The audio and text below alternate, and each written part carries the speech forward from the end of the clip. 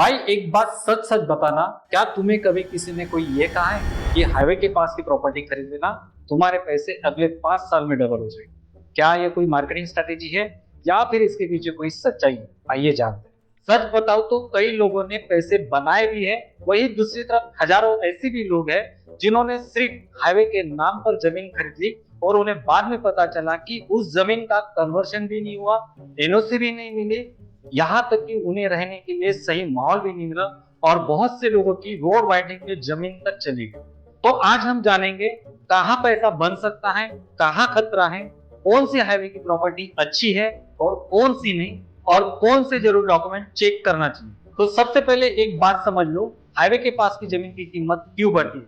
जहां इंफ्रास्ट्रक्चर जाता है वहां डेवलपमेंट होता है, और जहां डेवलपमेंट होता है वहां डिमांड बढ़ती है, और जहां डिमांड बढ़ती है वहां प्रॉपर्टी के रेट हाइक जाते हैं। जैसे expressway, airport, metro station, industrial corridor, IT park, इन सब के आसपास की जमीन की कीमत अक्सर तेजी से बढ़ती है। जैसे द्वारका और यमुना एक्सप्रेसवे, महाराष्ट्र का मुंबई पुणे एक्सप्रेसवे, समृद्धि महामार्ग और स्पेशली नागपुर का वर्धा रोड। इन सभी कॉरिडोर में पिछले कुछ सालों से प्रॉपर्टी के रेट्स काफी बढ़े हैं, लेकिन हर हाईवे आपको प्रॉफिट नहीं देता, और यही सबसे बड़ी सच्चाई। सबसे बड़ी गलती लोग कहाँ करते हैं, बस इतना सुनते हैं हाईवे टच प्लॉट और पैसे लगाते हैं, लेकिन हर हाईवे टच जमीन अच्छा इन्वेस्टमेंट नहीं होती, क्योंकि वहां हो सकती noise pollution, accident risk, access restriction और लीगल कॉम्प्लिकेशंस। और कई बार सरकार फ्यूचर में रोड वाइडिंग कर देती है, इसलिए सिर्फ हाईवे टच प्लॉट सुनकर खुश मत हो जाए। अगर आप हाईवे टच प्रॉपर्टी लेने की सोच रहे हो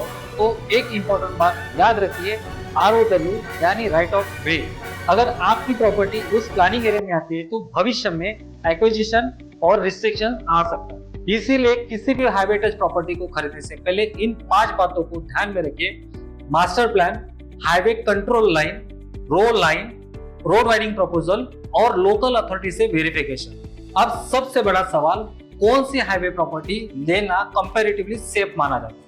according to my experience, highway से 500 से 5 किलोमीटर के अंदर वाला एरिया सबसे ज्यादा सेफ माना जाता है, और खास करके इंटर एक्सचेंज और टोल प्लाजा के पास वाले एरिया में इन्वेस्टमेंट के लिए सबसे अच्छा माना जाता है। और स्मार्ट इन्वेस्टर अक्सर यही इन्वेस्टमेंट करते हैं और अपने ROI को एंजॉय करते हैं, क्योंकि यहाँ आपको मिलती है बेटर कनेक्टिविटी, बेटर डेवलपमेंट और सबसे खास डायरेक्ट हाईवे रिस्क कम।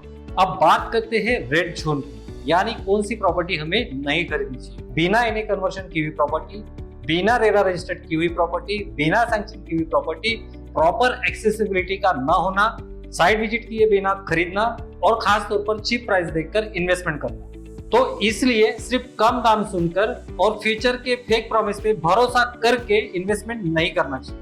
अब प्रॉपर्टी खरीदते समय इन लीगल डॉक्यूमेंट को हमेशा चेक करिए।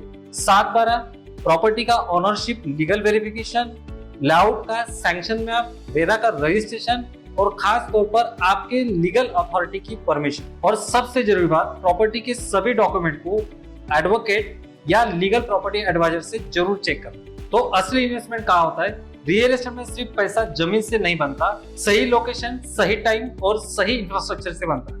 हर प्रॉपर्टी सोना नहीं है, लेकिन सही कॉरिडोर में सही इन्वेस्टमेंट लंबे समय में अच्छा रिटर्न दे सकते। तो इस ओवरऑल वीडियो का सिंपल कंक्लूजन ये है कि हाईवे के पास प्रॉपर्टी खरीदना बिल्कुल गलत नहीं है, लेकिन गलत जानकारी के आधार पर इन्वेस्टमेंट करना बहुत खतरनाक है। इसलिए प्रॉपर डॉक्यूमेंट चेक करो, फ्यूचर डेवलपमेंट चेक करो, प्रॉपर प्लानिंग को चेक करो, और मार्केटिंग के चक्कर में बिल्कुल मत करो, क्योंकि रियल एस्टेट में सबसे बड़ा प्रॉफिट सिर्फ सही जानकारी से बनता है। वीडियो अगर पसंद आई तो वीडियो को लाइक करो, शेयर करो, और इंफॉर्मेटिव रियल एस्टेट की जानकारी के लिए चैनल को सब्सक्राइब करो। अगर आप भी हाईवे टच प्रॉपर्टी खरीदने की सोच रहे हैं और कहीं कंफ्यूज है तो कमेंट में लिख दीजिए हेल्प, मैं आपकी हेल्प जरूर करूँगा।